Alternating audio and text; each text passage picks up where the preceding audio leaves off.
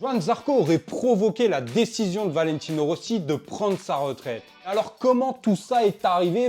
C'est la question que vous allez me poser, évidemment. J'imagine que vous vous souvenez tous de ce Grand Prix d'Autriche 2020 où l'un des accrochages les plus spectaculaires de l'histoire du MotoGP a eu lieu entre Johann Zarco, notre Français, et Franco Morbidelli. Et les deux motos qui ont continué leur route dans un fracas énorme et qui ont failli coûter la vie à Maverick Viñales et Valentino Rossi, passant à quelques centimètres de leur tête. D'ailleurs, Valentino Rossi n'avait pas été le dernier à enfoncer Johann Zarco, tout comme beaucoup d'autres pilotes qui s'étaient rangés derrière le bateau confortable de Valentino, en traitant quasiment Johann Zarco de criminel, un épisode qui a évidemment marqué les esprits. Et cet épisode-là a compté énormément dans la décision de Valentino Rossi de prendre sa retraite et il nous l'explique dans des très récentes déclarations. On voit ça de suite ensemble, n'oubliez pas de liker la vidéo, de vous abonner, c'est hyper important. Surtout ceux qui regardent très régulièrement mes vidéos, mais qui ne sont toujours pas abonnés. Et si ce n'est toujours pas fait avant la fin de la vidéo, je débarque devant chez toi pour jouer de la trompette déguisé en Chantal Goya et crois-moi, je porte mal la perruque et en plus, je joue très mal de la trompette. À tes risques et périls.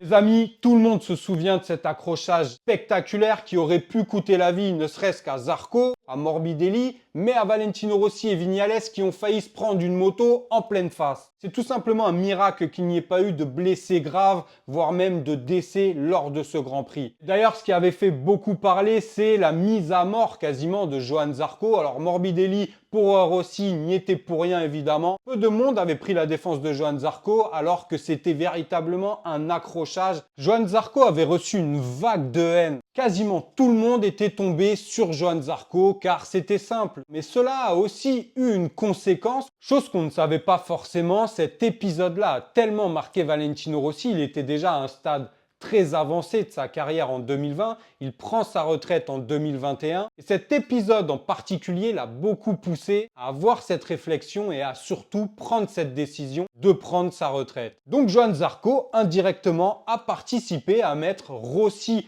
à la retraite. On revient sur les déclarations du nonuples champion du monde. Honnêtement, c'est un moment qui a beaucoup compté dans mon départ. J'avais toujours envie de courir, de faire des courses. J'étais vieux désormais, mais j'ai toujours dit je ne veux pas m'arrêter en étant au sommet de la vague. Je veux juste m'arrêter quand je n'y arriverai vraiment plus. Mais cet épisode a tout changé. L'Autriche et cet épisode-là a été très important dans mon processus de décision. Parce que dans les dernières années, j'ai toujours essayé de faire attention, de ne pas me mettre en danger, même si ça reste du MotoGP, mais en tout cas de ne pas faire le fou. À ce moment-là, en Autriche, j'étais derrière Viñales, concentré pour essayer de faire en sorte qu'il ne s'échappe pas. On était 6e et 7e et je me souviens que quand j'ai freiné, j'ai commencé à faire entrer la moto dans le virage et j'ai vu une ombre passer au-dessus de moi, quelque chose qu'on ne voit pas habituellement. Franchement, sur le moment, j'ai pensé que c'était l'hélicoptère. Et puis un instant après, j'ai vu la moto de Zarco exploser et voler juste au-dessus de la tête de Viñales. Maverick a lâché le guidon, mis ses mains sur sa tête, comme quand un vase nous tombe dessus. J'ai vu Viñales très secoué et je suis rentré au stand la tête entre les mains. Mais la moto de Franco, qui a été vraiment le risque pour moi, je ne l'ai pas vue. Quand je suis rentré au stand, j'avais la tête dans les mains à cause de la moto de Zarco au-dessus de Viñales. Je me disais qu'il avait eu très chaud parce que la moto était passée très proche de lui. Mais j'ai vu que tout le monde dans les stands était blanc en me regardant. Ils m'ont dit « mais la moto de Franco ». Et moi, sincèrement, je ne l'avais pas vue tellement elle est passée vite. J'ai revu les images et là, je me suis dit « putain, j'ai vraiment eu de la chance ». Elle s'est même redressée à un moment juste au-dessus de moi, donc ça aurait été vraiment un désastre. Cet épisode-là m'a choqué, marqué et m'a clairement poussé à prendre la décision de prendre ma retraite. Bon, il faut aussi rappeler que Valentino Rossi à ce moment-là était déjà à un âge avancé,